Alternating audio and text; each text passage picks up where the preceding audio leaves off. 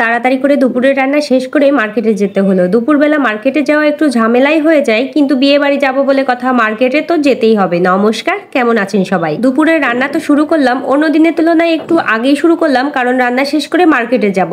মিষ্টির বাবা যেহেতু দুপুর টাইমে ফিরে আছে, তাই দুপুরেই যেতে হবে। তবে সন্ধ্যা বা রাত্রে যেতে পারলে সবচেয়ে ভালো হয়। প্রথমে ডিম আর আলু প্রেসার কুকারে সিদ্ধ বসিয়ে দিলাম। তারপর লাউয়ের খোসা ছাড়িয়ে নিয়ে পেঁয়াজ রসুনগুলো কেটে সবকিছু একবারে গুছিয়ে নিলাম। রান্নার সবকিছু গুছিয়ে রেখে ছাদে চলে আসলাম কম্বলগুলো রোদে দিতে। এখন বেশ শীত পড়া শুরু হয়ে গিয়েছে, কাঁথায় আর শীত মানছে না, তাই কম্বল বের করে নিলাম। এদিকে ডিম সিদ্ধ হয়ে গিয়েছে, খোসা ছাড়িয়ে নিচ্ছি। লাউ ঘন্টটা বসিয়ে দিলাম। আর আজকে ডালের বড়ি দিয়ে লাউ ঘন্ট করব। বেশিরভাগ ক্ষেত্রে দেখা যায় ইলিশ মাছের মাথা দিয়েই লাউ ঘন্টটা করা হয়।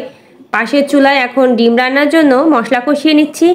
সব কিছু যদি একবারে গুছিয়ে নিয়ে রান্না করা যায়, তাহলে কিন্তু রান্না করতে খুব বেশি সময় লাগে না। এদিকে মশলা হতে থাক, পাশের চুলায় লাউ ঘন্টটা প্রায় হয়ে এসেছে। কয়েকটা বড়ি ভেঙে দিচ্ছি। বড়িগুলো ভেঙে দেওয়ার পর ভালোভাবে মিশিয়ে নিয়ে কিছুক্ষণ হালকা আছে এভাবেই রেখে দেব। মশলা কষানো হয়ে গেলে পরিমাণ মতো জল দিলাম। এবারে কিছুক্ষণ রান্না করব, আর ডিমের ঝোল জাল হতে থাক। ওদিকে লাউ ঘন্টটা তুলে নিচ্ছি, আর নামানোর আগে কিছুটা গরম মশলার গুঁড়া দিয়ে নিয়েছি।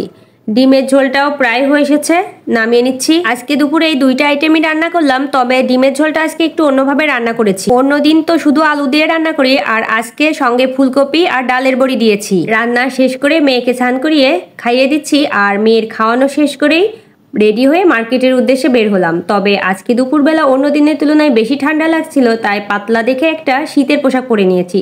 তাছাড়া বাইকে উঠলে অনেক বেশি ঠান্ডা লাগে, আর শীতের দিনে মাস্ক পরলে কিন্তু অনেকটা আরাম পাওয়া যায়। কথা বলতে বলতে মার্কেটে তো চলে এসেছি। আজকে মার্কেটে এসেছি মূলত মিষ্টির শীতের পোশাক কিনতে। গত বছরের শীতের পোশাকগুলোর অনেকটাই ছোট হয়ে গিয়েছে। আসলে পোশাক তো ছোট হয়নি, মিষ্টিই বড় হয়েছে। এদিকে আগামীকালকে বিয়ের অনুষ্ঠানে যাব, তাই আজকেই কেনাকাটা করতেই হবে। মিষ্টির ড্রেসগুলো কেনা কমপ্লিট করে আসলাম হচ্ছে একটা কসমেটিক্সের দোকানে।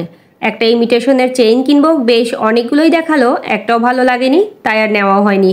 পরে এই দোকান থেকে বের হয়ে আরেকটা দোকানে চলে আসলাম, আর এই দোকানের চেইনগুলো খুবই সুন্দর ছিল। এখান থেকেই পছন্দ করে একটা নিয়ে নিলাম। এমনিতেও এই দোকানটাতে অনেক সুন্দর সুন্দর জিনিস পাওয়া যায়, কিন্তু উপরে থাকার কারণে আসলে সাধারণত আসা হয় না। নিচ থেকেই দেখা হয় যে জিনিসপত্র কিনে নিয়ে যাওয়া হয়।